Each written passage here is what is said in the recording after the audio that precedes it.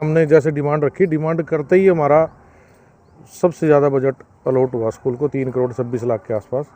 लेकिन वो बीच में सरकार ने जब एक चीज़ 1 साल पहले अलॉट कर दी 3 करोड़ 26 लाख रुपए, छोटे अमाउंट नहीं है, बहुत बड़ा अमाउंट है। वो किस वजह से, किन अफसरों की वजह से, किस निगलिजेंसी की वजह से कहाँ रह गया, वो सरकार को एक बार संज्ञान लेके उनके खिलाफ कार्रवाई करने की जरूरत है। सरकार से स्पीकर साहब से भी हम गुजारिश करेंगे, रिक्वेस्ट करेंगे भाई इसको संज्ञान में लेके इसको जल्दी से जल्दी रिलीज करा के इसका टेंडर प्रक्रिया में इसको डालें, काम कराएं। लापरवाही किस लेवल पर हुई? अधिकारियों के लेवल पर यह लापरवाही हुई या मामला क्या है? शिक्षा विभाग को इस ओर ध्यान देना पड़ेगा। मेरा प्रदेश के शिक्षा मंत्री से भी ये आग्रह है कि वो स्कूल की ओर ध्यान दें। हमारे इलाके के लोकप्रिय नेता, लगातार 3 बार के विधायक, मौजूदा समय में हरियाणा विधानसभा के स्पीकर हरविंदर कल्याण से भी मेरा ये आग्रह है कि वो इस ओर ध्यान दें कि आखिरकार किस लेवल पर ये लापरवाही बरती गई। दोस्तों नमस्कार, मैं संजय शर्मा, आप देख रहे हैं 9 PM। इस वक्त हम कालरो गांव में मौजूद हैं। कालरो गांव के राजकीय उच्च विद्यालय के हालात मैं आपको दिखा रहा हूं।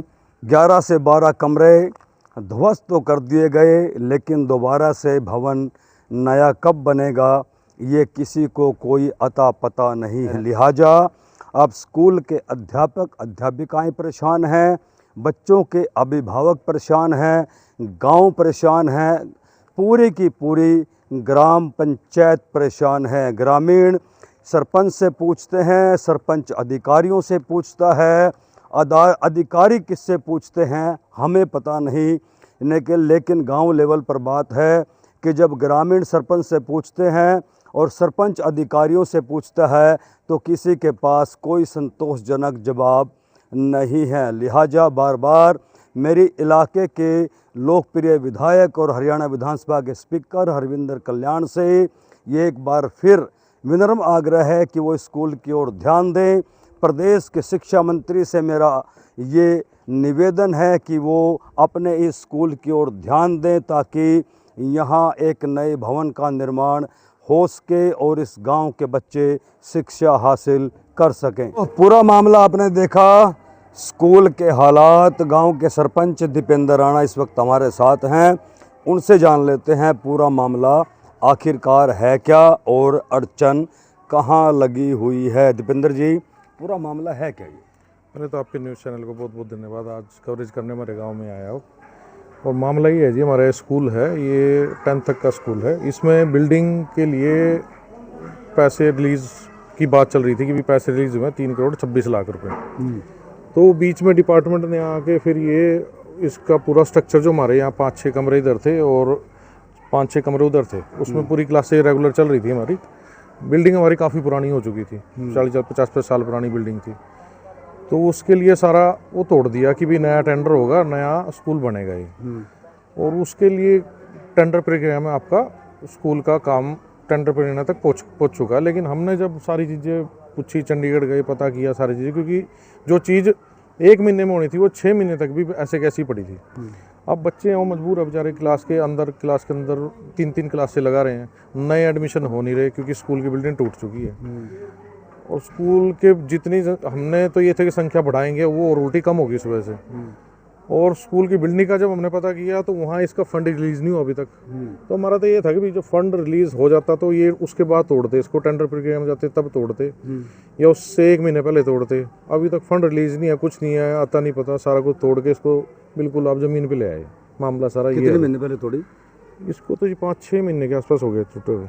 PWD ने तोड़ी थी डिपार्टमेंट ने। तो उसके बाद से अब ऐसे कैसे पड़ा। अब हम चंडीगढ़ जब मैंने पता किया तो कि नेक्स्ट जो बजट है उसमें डाला जाएगा। अब डाला कब जाएगा, अब तो 1 साल और लगा लो उसका। वो नेक्स्ट बजट मतलब, और जो बजट अभी पास हुआ उसमें तो डॉक्यूमेंटेशन डिपार्टमेंटल बजट बताया है कि डिपार्टमेंटल परमिशन आई है, लेकिन बजट सेंक्शन में आपका स्कूल नहीं गया, जो पंचकुला एक्शन साहब ने जो हमारे को बताया। क्योंकि एक्शन जो है इनके वो पंचकुला ही बैठते हैं, यहाँ आसपास कहीं बैठते नहीं, पूरे हरियाणा की एक्शन पंचकुला बैठते हैं। तो 2 ही एक्सीएन है, तो उनके ऊपर वर्कलोड ज़्यादा है, पता नहीं क्या है, वो तो वही बताएंगे जी सारी चीज़ें। लेकिन हमारी समस्या पैदा होगी। हाँ, समस्या है जी, बच्चे गांव के बच्चे हैं वो बेचारे, अब एक ही क्लास के अंदर 3-3 क्लासें चल रही हैं, सिचुएशन अभी है। अब उसको जल्दी जल्दी हम तो सरकार से, स्पीकर साहब से भी हम गुजारिश करेंगे, रिक्वेस्ट करेंगे भाई इसको संज्ञान में लेके इसको जल्दी से जल्दी रिलीज़ करा के इसका टेंडर प्रक्रिया में इसको डालें, काम कराएं।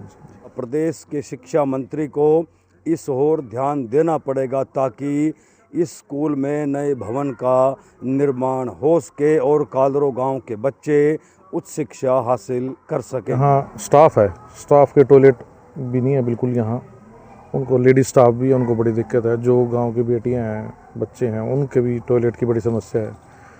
तो बहुत मतलब गंदी सिचुएशन पे अब स्कूल आ गया। हम तो इसको अपग्रेड कराने के चक्कर में काफ़ी मेहनत कर रहे हैं। सरकार तो कर रही है, सरकार ने अब वो किस वजह से बीच में रह गया, डिले कर रहा है। क्योंकि पहले हमने जैसे डिमांड रखी, डिमांड करते ही हमारा सबसे ज़्यादा बजट अलॉट हुआ स्कूल को 3 करोड़ 26 लाख के आसपास। लेकिन वो बीच में ऑफिशियली रह गया, कैसे रह गया, बाई मिस्टेक रह गया। तो उसका संज्ञान की बहुत ज़्यादा ज़रूरत है कि वो कहाँ, किस तरीके, किस वजह से रहा, एक तो वो देखने की ज़रूरत है। और हम तो ये चाहते हैं कि जल्दी से जल्दी काम बढ़े। और ये जो बच्चों को समस्या आ रही है, टीचर को भी आ रही है, गाँव वालों को भी आ रही है, क्योंकि गाँव वाले भी देखते भाई ये सारा बिल्कुल उजाड़ दिया आपने स्कूल। तो वो कहीं ना कहीं हमारी तरफ भी उंगली उठती हैं वो, और फिर सरकार का भी नाम खराब होता है उसमें। और सरकार ने जब एक चीज़ 1 साल पहले अलॉट कर दी 3 करोड़ 26 लाख रुपए, छोटे अमाउंट नहीं है, बहुत बड़ा अमाउंट है। वो किस वजह से, किन अफसरों की वजह से, किस निगलिजेंसी की वजह से कहाँ रह गया, वो सरकार को एक बार संज्ञान लेके उनके खिलाफ कार्रवाई करने की जरूरत है। क्या शुभ नाम है आपका? मेरा नाम ईश्वर है। क्या मामला क्या है स्कूल का? स्कूल की जो पुरानी बिल्डिंग थी वो पिछले साल टूटी थी सारी, उसकी ऑक्शन हुई थी, पीडब्ल्यूडी डिपार्टमेंट ने करवाई थी। और उसके बाद अब लगभग 6-7 महीने हो गए बिल्डिंग को टूटे हुए।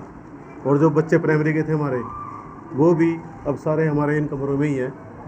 और आप जैसा आप जानते ही हैं कि आगे जो मौसम आएगा, आगे गर्मी का मौसम भी है, फिर बारिश का मौसम भी है, आगे सर्दी का मौसम भी है।